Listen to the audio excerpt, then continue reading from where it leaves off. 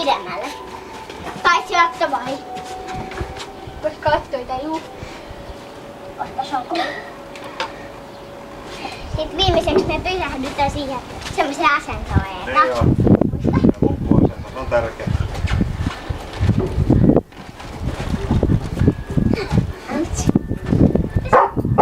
Hiljaa! Hiljaa! Namia täällä. Nami. Jooks tää koht loppuu? Ottakaa se loppuasento sit, niin se on hieno. Sitten sanotte milloin loppu. Loppu! Nyt se loppu.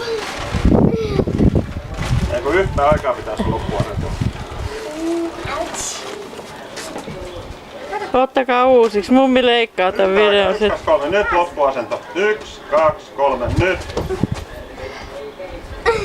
No.